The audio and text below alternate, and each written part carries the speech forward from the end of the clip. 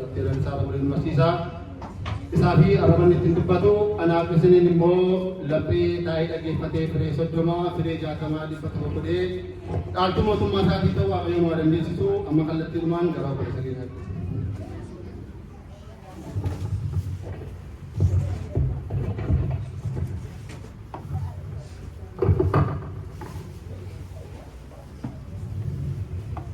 Makaba kan ilmaa kana bura qulqulluu waaqayyo tokko ameen. Hoolota isaa akka eegdaniif waamicha isaa sadiitti isaan kan isin waamee kabajamoo abbaa keenya suuraa galataa luba Saamu'eel waaqayyoon kan jaallattan waaqayyoos guddaa kan isin jaallatu maatiiwwan waaqayyoo hundi keessan abbootiin harmootiin obboleewwan hundumtuu nagaan waaqayyoo isiniif haa ta'u. Akkam jirtu? Akkam turtanii? Akkam bultanii? Ameen. Waaqayyo waaqa keenya isa sagalee isaa akka dhageenyu maqaa isaa akka faarfannuu fi mana isaa keessatti walitti nu qabee bara baraan haa ta'u. Har'a egaa guyyaa dinqisiisaa ta'ee gammachuudhaan faarsaa galataa ajaa'ibaatiin waaqayyoon galateeffannee waa'ee guyyichaa baruu jalqabneerraa. Haaluma sanaatiin waggaa haaraa ilaalchisee bara haaraa kana keessa akkamittiin karaa kamirra deemuu akka qabnu barannaa. Amma sanis irra deebi'een jedhaa bara jala bultii waggaa haaraatiin waaqayyo nagaan ittiin isiniin gahe. Ameen. Mata dureen barnoota keenyaa godhannee kan kaanus karaa irra adeemuun siif ta'uu sittin agarsiisaa. Karaa ati irra adeemuun siif ta'uu sittin agarsiisaa jecha jedhuudha. Jecha kana kan nuti argannu faarsaa Daawit boqonnaa 32 lakkoofsa 8 irraati. Barnooti keenyas bal'inaan iddoo kanarratti xiyyeeffataa mee isiniin dubbisa. Waaqayyo waan gochuun siif ta'u sin hubachiisa. Karaa irra adeemuun siif ta'u sittan agarsiisa. Sin gorsaa ija kootiinis sin to'adhaa jedha. Galanni waaqa keenyaaf haa ta'u. Karaa irra adeemuun siif ta'u sittin agarsiisa. Jechi kun jecha dinqisiisaa. Dubbiin kun dubbii olaantummaa guddaa qabu. Keessumattiyyuu karaa jireenya dhala namaa keessatti karaa hundumaarra fagoo ta'e daandii jireenyaa keessatti waaqayyo karaa ati irra adeemtu sin agarsiisa yommuu jedhu guddaa miti waan kun. Imala goonu keessatti yookaan joornii goonu keessatti jireenya keenya caalaa kan nuti fagaannee deemnu jira. Jireenyi daandii adeemsaa isa guddaadha. Kanaaf egaa waggaa haaraa kana waa'ee waggaa haaraa kana yommuu barannu waa'ee karaa wajjin mata duree baay'eedhaan waa'ee waggaa haaraa baruu dandeenya. Waa'ee karaa wajjin waan wal qabsiisnuu fi jireenyuma keessatti waan irra deddeebinee dhageenyu keessaa yoo nama gaafattani akkamitti hojiin yoo jettani akkamittiin hojiin argama? Karaa namaa. Akkamittiin achi ga'ama? Karaa abaluu, karaa firaa, karaa horii, karaa siyaasaa, karaa hin beekamneen achi ga'amaa jira. Hundumtuu karaa qaba jechuudha waan hundumtuu. Karaa namaa ta'u, karaa horii haa ta'u, karaa siyaasaa ta'u, karaa beeknu haa ta'u, karaa hin beekneyyuu karaa wayii qaba karaan isaan beekamu jedhama. Miti karaa wayii qaba jechuudha waan hundumtuu. Kanaaf egaa waggaa haaraa kana yommuu jalqabnu yookaanis yeroo sabni keenya waggaa kana kaalendarii kanaan kan deemu jalqabu bara kana keessa akkamittiin akka deemu baruudhaaf karaa isa kamirra akka deemu xiinxallee ilaaluun barbaachisaa jechuudha. Warra kaalendarichaan deemaa jiruu fi akka sabaatti uummata keenya yommuu kabajan yaadannoo yommuu goonuuf yaadannoo. Garuu manni kiristaanaa yeroo hundumaa carraa argamutti gargaaramteetu ijoollee ishee waa'ee jireenyaa barsiistii immoo har'aa jireenya keenya keessatti akkamittiin adeemna isa jedhu kana barachuudhaaf karaa barri haaraan yommuu dhufu karaa baay'eetu nutti mul'achuu danda'a. Waan hundaa keessaa garuu bara haaraa yommuu argu hundumtuu hin gammada. Kaalendarii kamiinuu adeemnu bara haaraa yommuu dhaga'u namni hin gammada, gammachuu guddaan namatti dhaga'ama miti. Maalis nu waan mugaartan fakkaatu moo naan keenya inni ganaa kaalendariin biyya kanaa ganaadhaa kun yaadannoodhaa nama gammachiisa moo gammachiisu waggaa haaraa hin gammachiisa maaliifi bara darbii sana keessa yoo chaalenjii baay'ee qabaatanii yaaddanii abeet keessa darbanii maddana ga'uun nama gammachiisu qaba. Yoo isinitti toleera ta'e bara akkamiin dabarsettanii gammaddu sanas haa ta'u kanas haa ta'u waggaa haaraan nama gammachiisa isa darbe keessa darbuu yommuu ilaalan. Karaa biraa immoo yoo ilaaltanii waggaa haaraa yommuu ta'u immoo ayyaana waggaa ayyaantutu arganya inni sila obboleessi keenya. Waggaa haaraa masana immoo arguun isa dhufu immoo arguun immoo baay'ee nama gammachiisa waan na ajaa'ibaati waan na haaraatti ba'uun immoo. Tokko arguun ayyaantu edda ta'e warri bara waggaa tokko keessatti waggaa haaraa lama argan immoo ayyaantomtu ayyaannomnoodha baay'ee. Egaa waggaa haaraan yommuu dhufu gammachuu guddaatu namatti dhaga'ama waa baay'eetu nama gammachiisa. Waan nama gammachiisuuf kan addaa tokko immoo jira. Innis waggaa haaraan yommuu dhufu maaltu ta'a haaraa jalqabuuf carraa argata. Namni waan jireenya isaa keessatti hawwu yaadni guddaan tokko haaraa kaasee jalqabuuf fresh start. Isin gammachiisu ammatu waan tokko irra deebitanii hojjechuu dandeessu ta'e maal gochuu barbaadda? Utuu irra deebi'ee haaraa kaasee nan jalqabate. Waggaa 18tti deebi'ee ijoollummaa jalqabate namni jechaa jira. Utuu irra deebi'uun hin danda'ama ta'e namni waan baay'ee itti danda'ame jechi deebi'ee fresh startiin irra deebi'ee haaraa kaasee hin jalqabatu hin ta'e waan hin jalqabu waan baay'eetu jira. Waggaa haaraan carraa akkasii namaa kenna. Haaraa kaasanii jalqabu fresh start gammachuu guddaadha waggaa haaraa ga'uun jechaadha. Saba keenya biratti immoo waggaa haaraan kun karaa adda addaa kabajama. Yeroon kun yeroo itti ganna maal jedhama jechi irra deddeebi'amee yeroo ammaa kana jedhamu baga bacaqii gannaa dabartanii booqa birraa keessan waan jedhu sun dubbii guddaadha saba keenya biratti. Maaliif ganni yeroo jiidhaa, yeroo bokkaa, yeroo laaqii, yeroo dukkanaa, yeroo bishaan itti boora'uudha. Birraan yommuu bari'u immoo yeroo itti ifa dhufee abaaboon daraaree bakkeen urgaa'ee bishaanni taliila ta'ee calalee ifni nama habee namni walitti deemee akka barbaade deemu maqaa ta'ee fi jala bultii birraa yeroo gammachuu sanas yeroo ifaa sanas jechuudha. Kanaaf waan baay'eedhaaf gammachuu qaba guyyaa har'aa kana yommuu waa'ee waggaa haaraa kaafnu akkasumatti kaalendarii biyya Itoophiyaa inni waan dabarfamu jechaadha. Egaa waggaa haaraan waggaa waa baay'ee fidee dhufuudha. Jireenya namaa keessattis immoo gaaffii gurguddaa amma warreen tuttuqeera gaaffii gurguddaa lama kaasa waggaa haaraan yommuu dhufu. Karaa gama tokkoo barri dabarte sun akkamitti dabarte jennee akka yaadnu nu gatu. Mee maaluma akkamitti dabarse bara akkamitti dabarsitan bara sana waggaa barreen gaddaa kabanyerra waggaa haaraa kana kanas kabanyerraa isa kan keenya addanaatti deemnus kabanyerra waggaa tokkotti dhume jechuudha jaalladhes dibbines waggaa kana keessaa kalendarii yoo dhiibne lafa keenya barreen gaddaa edda waggaa kana yommuu jalqabne maal jennee jalqabne bara gammachuu, bara nagaa, bara badhaadhinaa nufa ta'u jennee jalqabne mini gammadaa dabarsitan immoo akkamittiin dabarsitan gaaffii akkasii yeroo keessatti kaasa. Bara nagaa ta'u jetta illee dabarsine nagaadhaan dabarsine nagaa buufneerraa, araara buufneerraa, jaalala horanneerraa. Bara badhaadhinaa ta'u jenne milkoofneerraa kaayyoo keenya sanatti jedhanii galagalanii akka isa darbe sana ilaalan nama godha. Waan darbe galagalanii ilaaluun baay'ee gaariidha. Garuu waan jabeessees na akeekkachiisu jireenya keenya keessatti koominiitii keenya keessatti wanti babal'atu yeroo baay'ee galagallee ilaalleetu yaadaan achi keessatti hafnee baranaaf bara dhufatu hin jiraatin hafna. Yaadaan bara moofaa keessatti hafnee kaalendarii waan ceeneetu yaadaan achitti hafnee hafu hin jira. Galagalanii ilaaluun baay'ee gaariidha.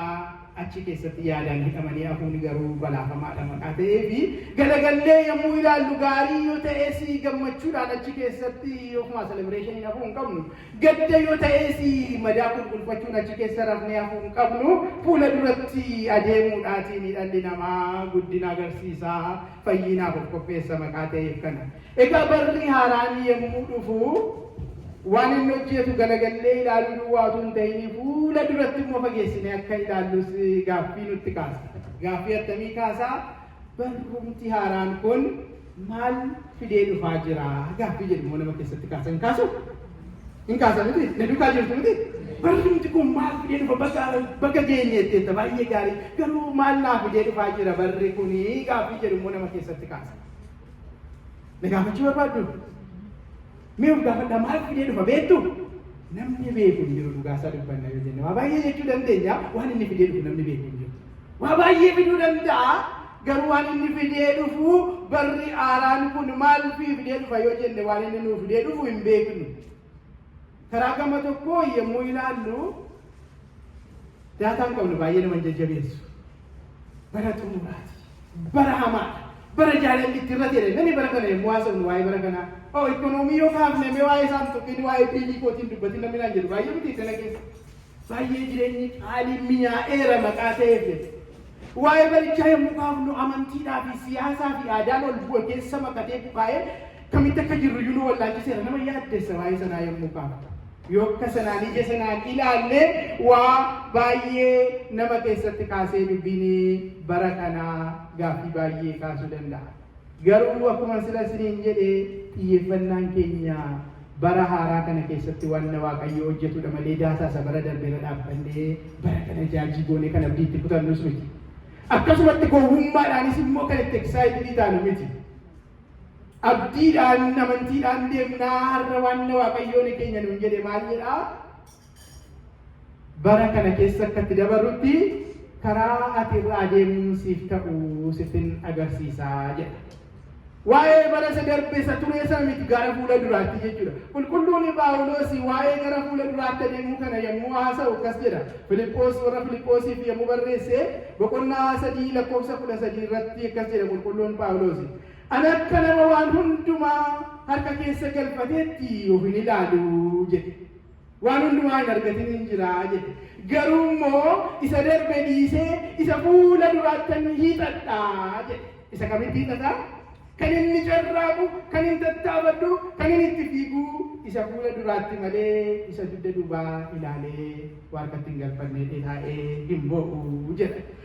Egaa kanaaf waggaa haaraa kana yommuu kabajannu sila jedheera waggaan waan inni baatee dhufu hin beeknu waa baay'ee immoo shakkuu dandeenya.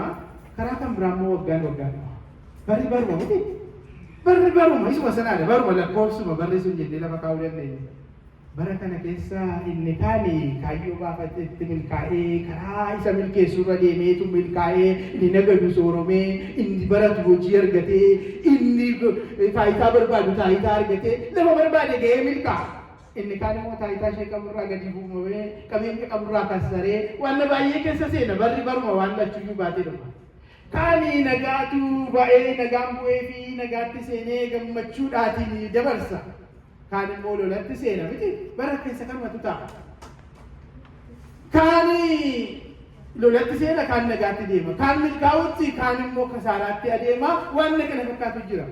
Osoo amma filachuun hin danda'ama ta'e akkasila jenne gaa fireesh isaatti dandeenye waggaa haaraan jalqaba gaariidha miti. Ammatu yeroo kana teessanii yommuu yaaddanii utuu filannoo keessan hundumaa tarree naqattanii beektanii karaa isa milkaa'inatti nama geessu, karaa isa nagaatti nama geessu, karaa isa guddinatti nama geessu, karaa isa maatii gaariitti nama baasu, karaa isa dhukkuba qabaanne qoricha argachuutti nama geessu filachuutu dandeessan isinitti hin tolu. Isa gaggaarii filannee isa hamaa immoo dhiisuu otoo dandeenye isinitti hin tolu. I don't care charge mo. Isinitti mana asaadha. Yeroo barumsa barsiisu kan kana bira akkasii deddeemu maaliif beektu? Lallabatu lallabamaa jira jettanii akkasiin teessanii dhaggeeffattanii fi takkatii. Sagaleen Waaqayyoo karaa itti Waaqayyo saba isaa wajjin haasa'udha malee waan callee isaa dhaggeeffatan miti. Kanaaf yommuu isin calliftanii akkuma TV ilaalaa jiran jira. Isin akkanatti haasoftaniif waa barbaadee miti. Akka isin Waaqayyoo hunda keenyatti anattis isinitti haasa'a yeroo sana engeejii akka goonuudhaaf. Kanaaf utuu wanna gaggaarii sana filachuudhaaf dandeenye karaa isa wanna gaariitti nama geessu sana filachuudhaaf utuu beektanii filattanii hin barbaaddu moo hin barbaaddan? Amma kana sirrii hin barbaada. Carraa kana nuu kennaa jira Waaqayyoo barnoota irraa keessaa. Maal jedhe qulqulluu Daawit irra bulee Waaqayyoo karaa ati irra adeemuun siif ta'u sittin agarsiisaa jedhe. Jechi kun gabaabduudha. Himi kun yookaan senteensiin kun baay'ee gabaabduudha. Jecha torba duwwaaf kiyaa qaba. Jecha torba kana keessa garuu ergaa ajaa'ibaa gurguddaa sadiitu jira. Baay'ee waan nama dinqisiisu waan gurguddaa sadiitu jira. Xiinxaltayyoo laatan. Maal jedhee? Karaa irra adeemuun siif ta'u sittin agarsiisa. Tokkoffaa maaltu jira jana keessaa? Karaa adda addaa jira jechuudha. Isa keessaa siif ta'u sitti agarsiisa. Karaan adda addaa jira jechuudha. Beekanii karaan adda addaa baay'eetu jira karaan. Inni lammataa ajaa'ib kan nama ajaa'ibsiisu inni guddaan karaa irraa deemuun eenyuuf ta'u jedhe warra qulqullootaa fi warra eebbifamootii fi warra filatamanii fi warra gurguddootaaf siif kan ta'uun si agarsiisaa jedhe karaa tokko keenyaa beeka jechuudha Waaqayyo. Isa xinnoon isa guddaa isa barate isa gurraacha isa dheeraa isa bareedu isa bareennee miti tokko keenya karaa keenya beeka Waaqayyo karaa sana si agarsiisaa jedhe karaa siif ta'u karaa tokko keenya beeka. Inni sadaffaa kan nama ajaa'ibsiisu jecha kana keessa jiru karaa keenya beekuu duwwaa miti Waaqayyo nu beeksisuu barbaada nutti agarsiisuu barbaada. Jalaan akkasii isaan argamu sittin agarsiisa namni waggaa meeqa baratee PhD isaatti fudhateetu arguun isa rakkisa waan barate sana. Waaqayyo akkasumatti sittin agarsiisaa siin ibsaa jedhe Waaqayyo Waaqni keenya unii. Kanaaf dubbiin kun dubbii guddaa dubbii olaantummaa guddaa of keessaa qabudha yommuu jedhu yoo amannee fudhanne bara kana keessaa karaa fuula keenya dura jiru keessa karaan kumi meeqa utuu yaa'ee jiru Waaqayyo Waaqni keenya karaa irraa deemuun siif ta'u sin agarsiisaa jedheera. Jennee yoo amannee fudhanne kanumaan Waaqayyo fuula dura dhaabanne yaa Waaqayyo ko yeroo karaan narraa badaa jiran jedhe sanatti ati karaan si agarsiise naan hin jenne natti agarsiise ka yoo karaan milkaa'inaa nurkaa badeera ta'e sana yoo karaan fayyinaa amantii keenyatti jabaachuu barbaanne akkumatti amantiitti jabaatan nu wallaalchise yoo ta'e karaan yoo dhukkubsannee qoricha dhabnee gara dhabnee ta'e yoo gaa'elatu jeeqamee boora'ee kaasaa wallaalle ta'e karaatti furmaata barbaanne yaa Waaqayyo sin agarsiisa naan hin jenne ati jenne yoo fuula dura dhaabbanne Waaqayyo seenaa jijjiiruu danda'a itti dhufamna bal'ina isaatti. Egaa akkuma sila isin jalqabaa tokkoffaatii kaanee itti deddeebina gabaabinaadha.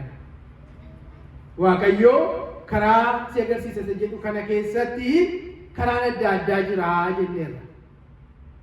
Nama inni kana ittiin jedhe jecha kana karaa irra deemuun siif ta'uun si agarsiisa kan inni ittiin jedhe eenyudhaan beektu? Eenyu kan kana banu barreesse? Qulqulluu Daawiti isa nama laphee Waaqayyoo kan nama akka garaa Waaqayyoo jedhamee waamamee isa dhagaa tokkittiidhaan jaayantii sana Goliyaadiin lafaan dha'ee isa Waaqayyoo isa geggeessee harka Waaqayyoo argee isa tikee hoolaarraa kaasee Waaqayyoo tikee saba Israa'el isa godhee isa guddaa isa kabajamaa isa qulqulluu Daawittu Waaqayyo karaa ati irra deemtuun si agarsiisa jedhee dubbataa danda'a. Maal baranna kanarraa saba Waaqayyoo? Otuma Waaqayyoo duuka deemaa jirru, otuma wantiitti jajjabaachaa jirru, otuma faarfattoota taanee jirru, otuma daaqonoota taanee jirru, otuma luboota taanii jiran, otuma baaphaasota taanii jiranii karaan nama harkaa baduu danda'a jechuudha. Edda Daawit harkaa qulqulluu sana harkaatii dubbiin badde. Karaa baay'eetu jira jireenya namaa keessaa nama harkaa baduu danda'a. Waaqayyo karaan sitti agarsiisa. Ittiin jedhe qulqullicha Daawitiin. Kanaaf tokkoon keenya karaa keenya galagallee ilaaluun baay'ee barbaachisaa jechuudha. Maalumatu taanaanii dubbiin kun maalirraa dhufe Daawit bira jennee waa'ee qulqulluu Daawit bal'inaan deemuu hin dandeenyu garuu faarsaa Daawit boqonnaa 32 ammarraa dubbifne kana tokko kaafnee yoo dubbifne qulqullichi Daawit waan tokko dubbata. Maal jedhaa? Waa'ee qalbii jijjiirrannaa. Ani gaabbiidhaatiin qalbii jijjiirrannaadhaan cubbuu koo himachuudhaatiin gara Waaqayyo kootitti deebi'ee jedha. Yeroo kana Waaqayyo araara isaatiin cubbuu koo naaf dhiisee karaa keessa sirriin si agarsiisa naan jedhee jedha. Kanaaf karaan yoo nurkaa badee ta'e yoo kallattiin jireenyaa jiruu gaa'ilaa barumsaa waan hundumtuu fayyinaa nurkaa badeera ta'e furmaati isaa eessa jechuudha. Gaabbiidhaan qalbii jijjiirrannaan gara Waaqayyootti deebi'uudha. Yeroo sana Waaqayyo karaa nu agarsiisa. Inni lammataa mata duree kana keessa waan inni dinqisiisaan jira jennee kaafne Waaqayyo karaa tokko keenya beekne. Karaa eenyu beekaa? Karaa tokko an keessa nan kootiidhaa dhuunfadhaa. Nuyi nama alaachuu baay'ee beekna. Akkuma sabaatti rakkoon keenya durii mujoolmaa waan dadiiquu keessaatiin daabboo ishee xixinnoo kan eenyu jedhamtu? Daabboo eenyuti? Daabboo Oromeeti. Ishee xixinnoo Oromeedha. Atleast lafa guddate. Ishee xixinnoo ishee daabboo Oromee. Inni gurguddaan yoo guddate immoo daabboon kun daabboo Faranjiiti jedha. Maali yaa Waaqayyo qeema keenyatti dhalattee nurkaa fuudhanii kenna. Nama alaachuu kan hin gashinu dhuunfachuu abbummaan nu rakkisa. Amma waan na Waaqayyo jechaa jiru qulqullicha Daawititti duwwaa miti sarara bulee waan inni jechaa jiru karaa keenya beekaa nun jechaa jira Waaqayyo waan keenya dhuunfachuu qabna Waaqayyo karaa keenya beekeetu nutti mu barbaada. kun ofii duwwaa kan hin jedhu miti. Raajichi Ermiyaas akkas jedha. Raajii Ermiyaas boqonnaa 29 lakkoofsa 11 irraa akkas jedha. Yaada ani siif qabu anatu beekaa. Innis yaada nagaa fi yaada wanta ati fuula duratti argachuuf jettu siif raawwachuuti malee yaada si balleessuu miti. Yaadni Waaqayyo nuuf qabu yaada akkamiiti? Yaada nagaa fi yaada kaayyoo keenya milkeessuu uniif qaba Waaqayyo tokko keenyaaf jechaadha waadaani kun. Haalli kakkaachuu dhiisuu danda'a itti dhufnaa garuu Waaqayyo Waaqni keenya inni amanamaan sun kana jedhaa kaayyoon qabasiifi jedha. Yaada mataa kootiin simaaf qabaa nuun jedha Waaqayyo. Uniif kana dhuunfannee Waaqayyo kaayyoo nuuf qaba jennee adeemuu qabna. Ogeessichi ogummaadhaan kan beekamu qulqullichi Solomoon immoo akkas jedha. Macaafa fakkeenyaa boqonnaa 3 lakkoofsa 5 amma 6tti yoo dubbifne karaa kee hundumaatti Waaqayyootiin dursii inni immoo daandii kee siif qaqqajeelchaa jedha. Maatiiwwan Waaqayyoo dubbiin kun dhugumatti baay'ee jireenya keenya keessatti yeroo kanatti baay'ee waan nu barbaachisu. Waaqayyootiin dursii inni immoo maal godha karaa kee siif qaqqajeelcha siif sirrata ofuma isaan sirrata jechuudha daandiin keenya. Gara meeqatti dabuu danda'a waa'ee dabuu isaatiin itti dubbiin waa'ee dandeettii Waaqayyoo isa qajeelchuu danda'u sanaadha siin qaqqajeelchaa jedha. Kanaaf egaa bara haaraa yommuu kabajnu akkasumaatiin kaaleendara ilaalee kana baluu fa'iitu hin ta'in ofii keenyaaf Waaqayyoo karaa sirrii sin agarsiisa nuun jedheera karaa sirrii kana simachuudhaaf of qopheessuu qabna jechuudha. Inni sadaffaa maal jenneerra? Waaqayyoo karaa keenya beekaa karaa adda addaa jira karaa tokko keenya ammoo achi keessaa Waaqayyo beekaa inni sadaffaa immoo maal jenneerraa karicha sana nutti agarsiisuu barbaada sittin argisiisaa jedhe Waaqayyo. Waaqayyo hunduma keenyaaf dhugumatti karaa jireenya keenya nutti agarsiisu. Sittin agarsiisa. Karaa akkamii nutti agarsiisuu barbaada Waaqayyo?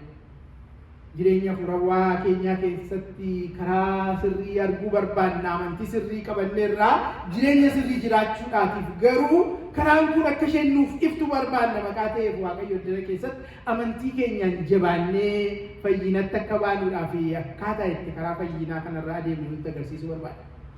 Jireenya keenya keessatti wallaansoo baay'eetu gola tokko keenyaa keessa jira. Abbaa manaa fi haadha manaa gidduu, ijoollee fi abbaa haadha gidduu.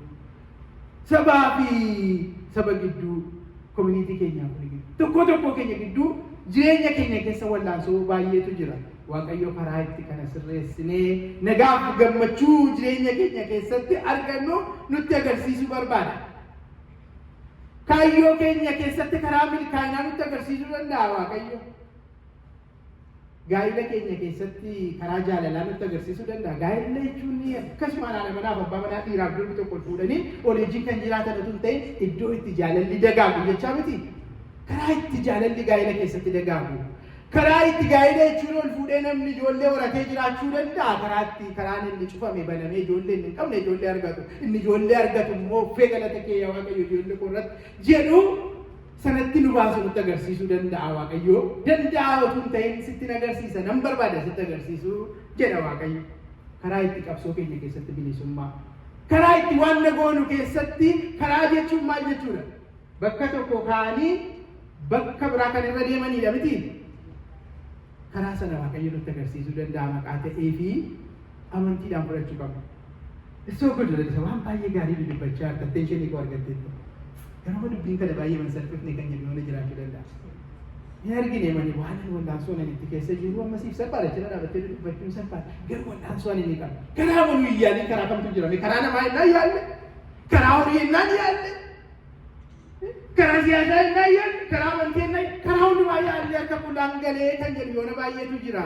Dhugumas immoo milkaa'ina baay'ee nagarre maqaa ta'e waanuma karaa already interneetii fi hundumaa iyaallee dadhabne nutti fakkaachuu danda'a. Tarii moodinaa fudhattanii gaarii baatanii gaafa gadi baatan chaalenjii isin gochuu danda'a namni yookaan yaadni keessa. Mee gara sagalee Waaqayyootti deebina maanuwaaliin keenya inni guddaan achi. Namoota akka kanatti waa'een dubbii karaa gaaffii guddaatti ta'etu jira. Saba Israa'el seera ba'uu yookaan Zetsa'aat isa jedhamu boqonnaa 13-14 keessumatti dubbisaa. Boqonnaa 14 irratti sabni Israa'el maal ta'anii Waaqayyootu karaa deemuu isaan jalqabsiisee ture. yookaan isaan jalqabsiisuuf ka'ee isaan waame.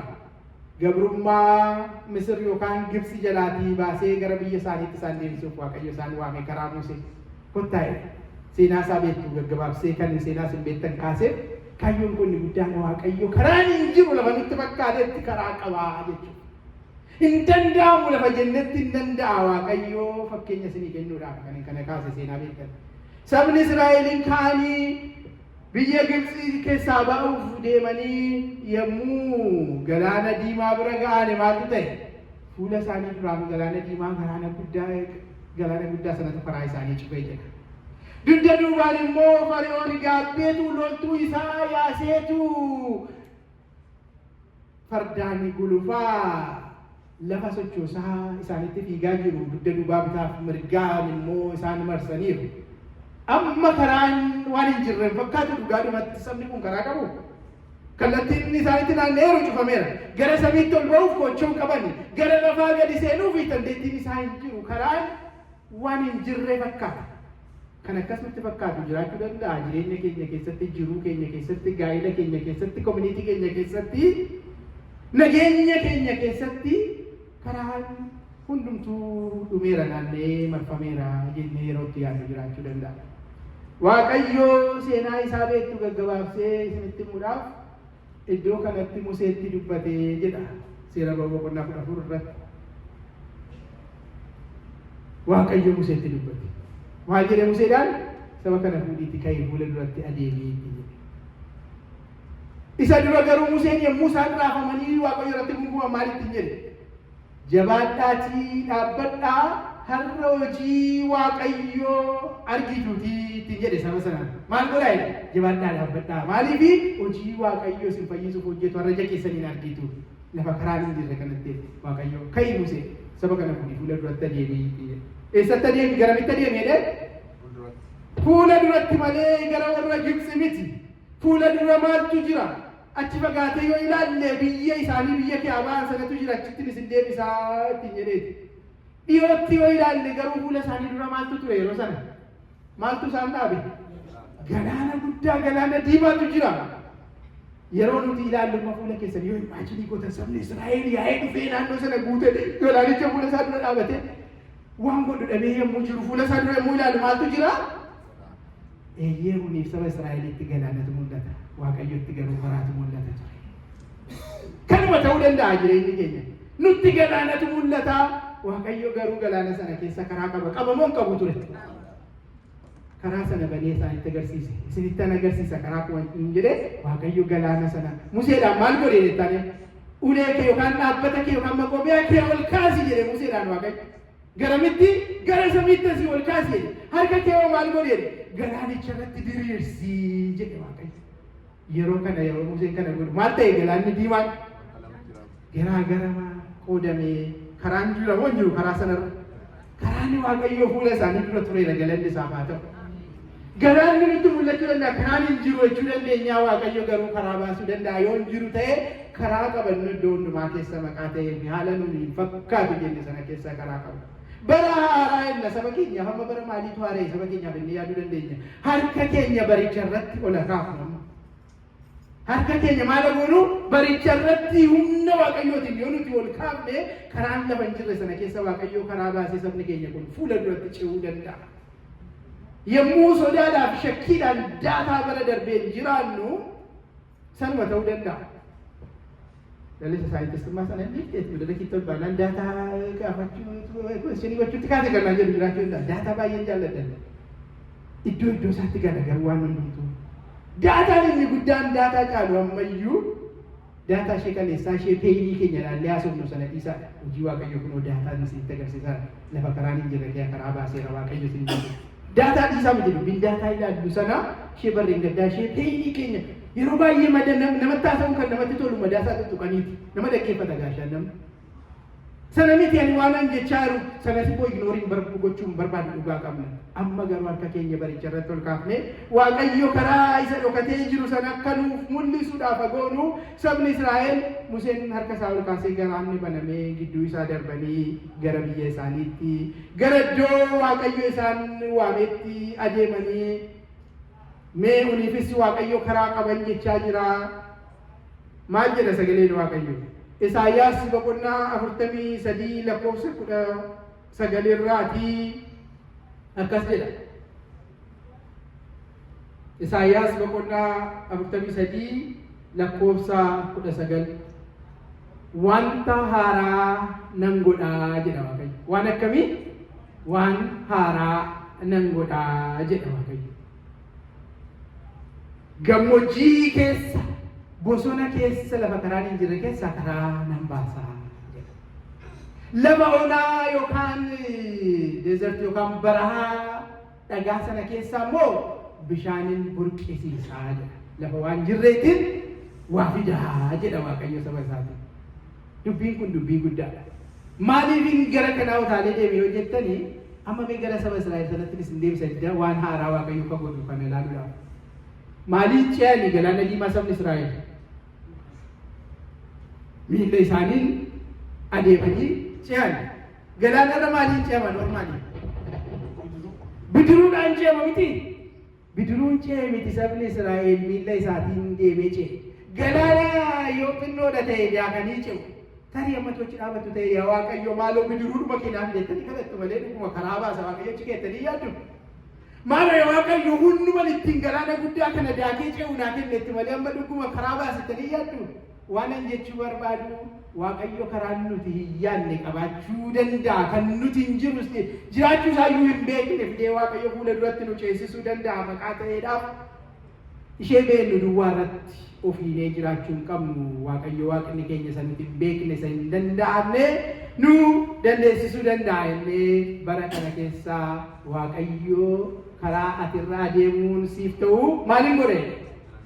Sittin agarsiise maqaa ta'e Waaqayyo karaa nan hin beekne jiraasayyuu kan hin beekamne galaana sana keessa inni karaa baase, bosonaa caakkaa sana keessa inni karaa baase, inni lafa onaa sana keessatti bishaan burqisiise hin godhe inni fuula duratti adeemuu qabna. Waaqayyo karaa jireenya keenyaa nu agarsiisu nuuf baasu. Egaa kana hundumaa yommuu dubbattu dubbiin kun baay'ee masa salphatte amma jireenya akka salphataaf gara keenyatti baay'ee deebisuun barbaadan realistikii ta'uun baay'ee barbaachisaadha hafuuraanis yoo ta'e. Baay'ee masa salphanneere dubbiin kun jennee yaaduu dandeenya. Dhugaasaa yoo haasofne Waaqayyo wajjin maqaa deemneef daandiin keenya baay'ee salphaan ta'e. Hin salphatu baay'ee. Infaakti jabaachuu iyyuu danda'a baay'ee. Sabuu Israa'el ammaatti yoo deebine seera boqonnaa 13 lakkoofsa 21-22 yoo dubbifne Waaqayyo maal godhee jedhe saba sanaan halkanii guyyaa deemtuutti hin jedheen.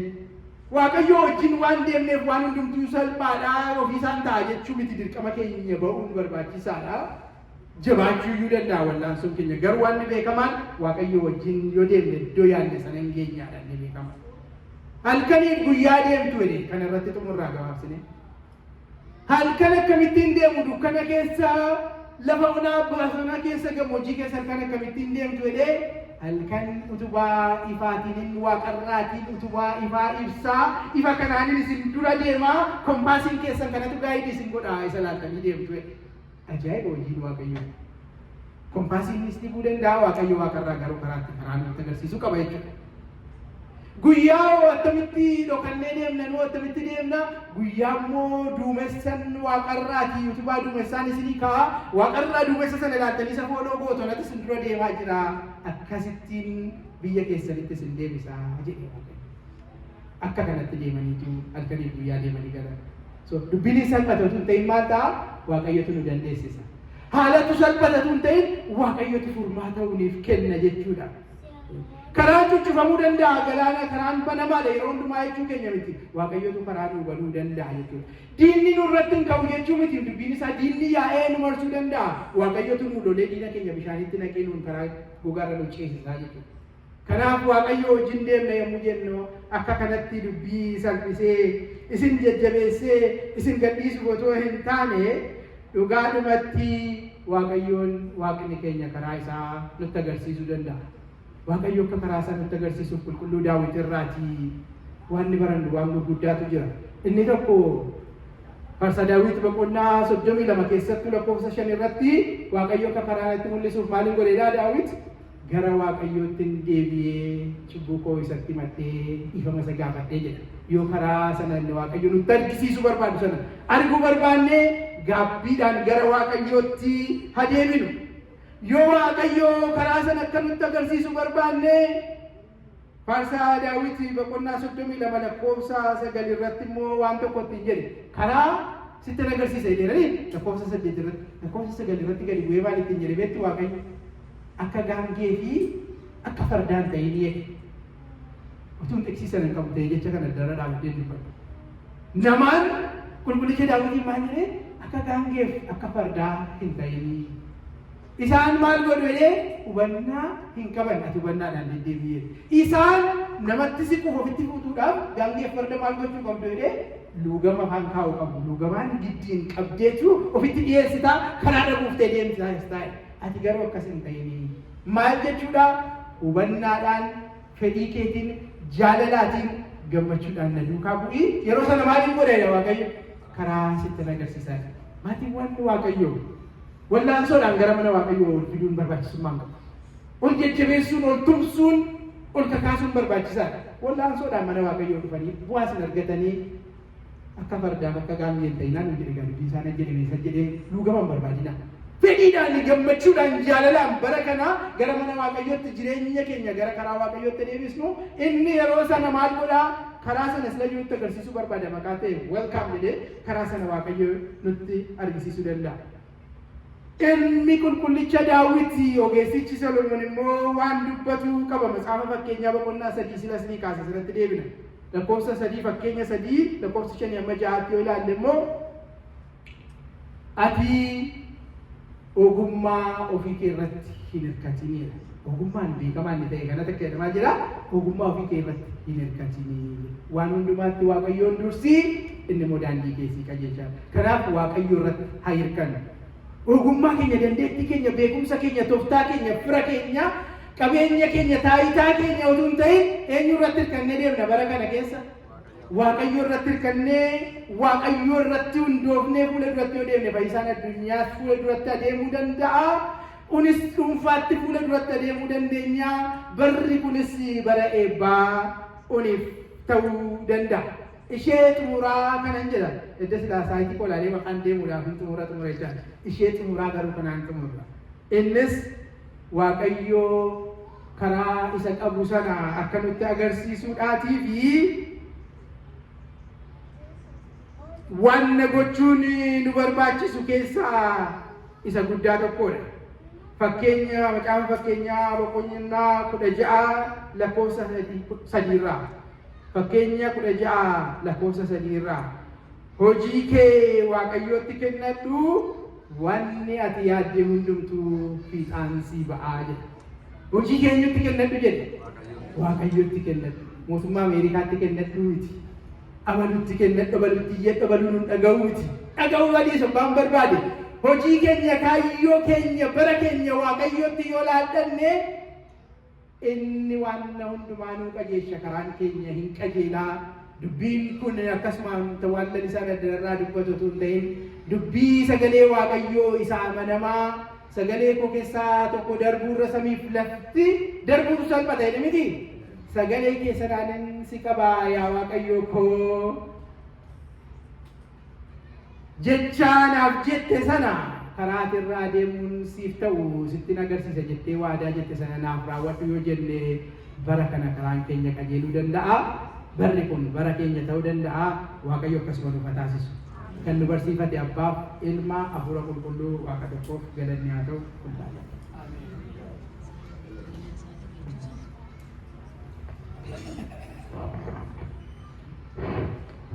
Waaqa nu barsiifate Waaqa nu barsiifate galanni guddaan haa ta'u. Obboleessi keenya wangeela keessaa caqasee akka gaariitti nu barsiiseera. Waaqayyo sagalee jireenyaa sana geessisu, sagalee jireenyaa sana geessisu, sagalee jireenyaa sana geessisu. Waaqayyo hunduma keenya dhaaltummaa mootummaa isaatii nu haa taasisu. Egaa warri faayinaansii xinnoo turaa booddee waliin